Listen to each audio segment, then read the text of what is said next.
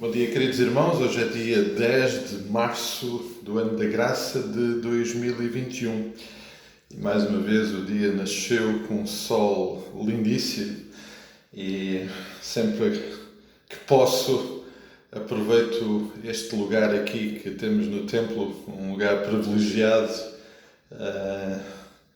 a nossa torre de oração, por assim dizer, e que, bom, com chuva ou com sol é sempre um lugar para mim de recolhimento e de proximidade com o Senhor, mas que nestes dias com o sol a brilhar de facto se torna ainda mais agradável olhar à nossa volta e perceber também as maravilhas da criação do Senhor. Sempre, não só por estarmos mais altos, mas este lugar sempre me leva um pouquinho para mais perto do Senhor. Amados, voltando ao nosso texto de Miqueias, ao nosso profeta Miqueias, e depois de ontem termos lembrado um pouquinho, considerado aquilo que de facto produz no coração daqueles que Deus usa para serem portadores da sua palavra, porta-vozes da sua exortação.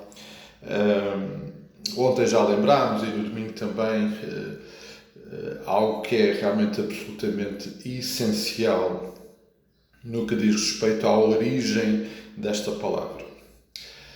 Vamos ver um pouquinho mais à frente através do profeta Miqueias, e conhecemos bem este problema porque é um problema transversal em toda a revelação da palavra de Deus, em todas as épocas, e também é uma realidade de hoje, que é o problema dos falsos profetas, daqueles que de facto falam, mas não falam em nome do Senhor.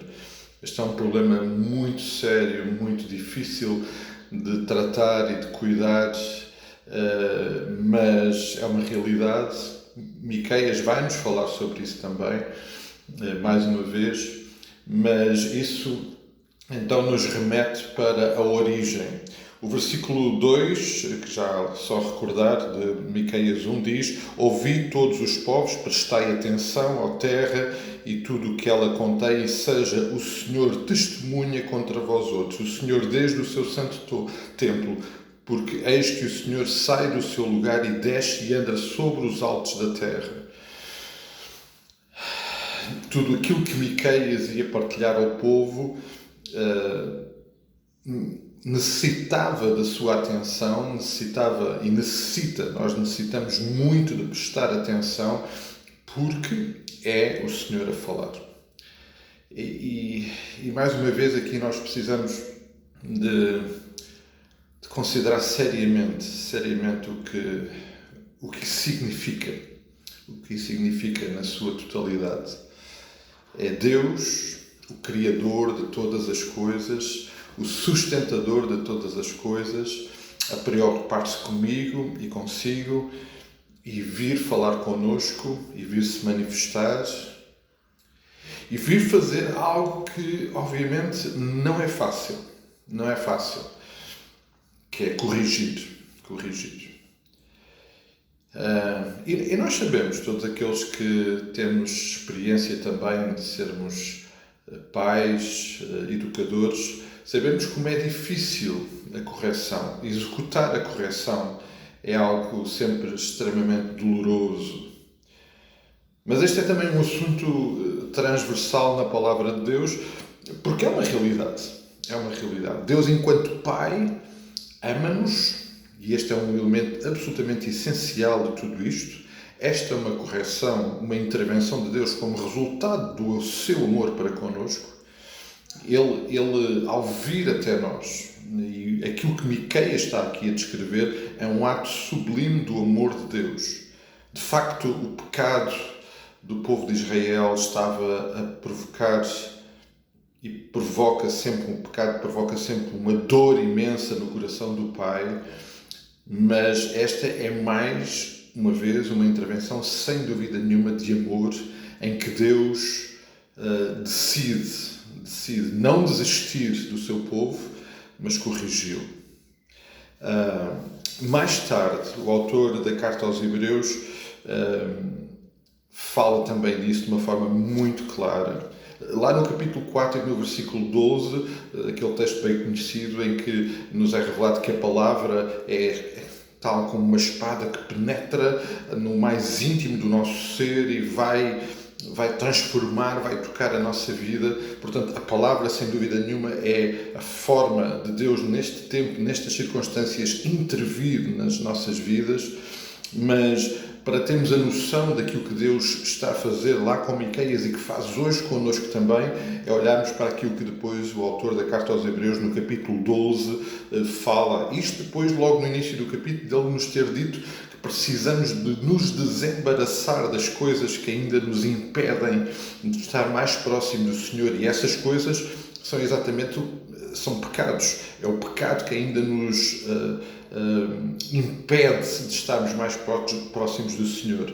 E por isso, o autor da Carta aos Hebreus é usado por Deus para nos lembrar que esta intervenção corretiva de Deus é um ato de amor. Eu vou ler a partir do versículo 4 do capítulo 12 de Hebreus. Ora, na vossa luta contra o pecado ainda não tendes resistido até ao sangue, e estáis esquecidos da exortação que como filhos discorre convosco. Filho meu, não menospreze a correção que vem do Senhor, nem desmaies quando por ele és reprovado. E, amados, só lembrar que estas palavras são palavras de Jó. E depois continua o versículo 6, porque o Senhor corrige a quem ama, açoita a todo filho a quem recebe. É para a disciplina que perseverais. Deus vos trata como filhos, pois que filho há que o pai não corrige? Mas se estáis sem correção, de que todos se têm tornado participantes, logo sois bastardos e não filhos. Além disso, tínhamos os nossos pais segundo a carne que nos corrigiam e respeitávamos, não havemos de estar em muito maior submissão ao Pai espiritual, e então viveremos? Pois eles nos corrigiam por pouco tempo, segundo o melhor lhes parecia. Deus, porém, nos disciplina para aproveitamento e a fim de sermos participantes da sua santidade. Toda a disciplina com efeito no momento pode parecer motivo de... Não parece ser motivo de alegria, mas de tristeza. E depois, entretanto, produz fruto pacífico aos que têm sido por ela exercitados frutos de justiça. É isto que Deus quer fazer na nossa vida. Quando nós bloqueamos o nosso coração para esta intervenção de Deus, o que de facto estamos a impedir é que nós sejamos transformados, aperfeiçoados, moldados para uma experiência de vida absolutamente sublime. Aquilo que depois o versículo 14 deste capítulo 12 de Hebreus nos diz: segui a paz com todos e a santificação, sem a qual ninguém verá o Senhor. Este é o processo de Deus dizer que nos ama, que me ama a mim, que o ama a si, meu irmão, porque Ele corrige. E, amados, não esquecer. E este é sem dúvida nenhuma um exercício essencial na nossa caminhada. É estar atentos, como Miqueias nos exorta, e perceber que esta exortação não é de Miqueias, não é de nenhuma igreja, é do Senhor. Quando ela, de facto, vem fundamentada na palavra, quando ela é resultado da nossa exposição à intervenção de Deus através da ação do Espírito Santo, Ele vem, Ele corrige porque Ele nos ama. E como o texto que acabámos de lembrar tão bem reflete isso, muitas vezes esta correção não provoca-nos muita tristeza, é natural, mas ela vai resultar em bênção para as nossas vidas, para que o Senhor também dessa forma seja glorificado e nós possamos desfrutar desta relação de proximidade, de intimidade como filhos e não como bastardos, porque é isso que nós somos filhos de Deus e Deus ama-nos de uma forma absolutamente extraordinária. Amados, creio que vale a pena pensar nisto. Que o Senhor nos abençoe, que este possa ser um dia em que nós o possamos ouvir e que possamos ser expostos à sua intervenção nas nossas vidas para a honra e glória do seu nome e, naturalmente, como sempre acontece, para a bênção das nossas vidas. Até logo mais tarde, iremos ter o nosso estudo da palavra em Lucas. Interessante, porque vamos visitar um episódio onde Jesus, de uma forma muito clara, também corrige aqueles que estão à sua volta. O Senhor Jesus fez isso também enquanto ensinava. Vale a pena nós também aproximarmos deste texto, então mais logo convidava todos a podermos retirar um tempinho para estudarmos a palavra.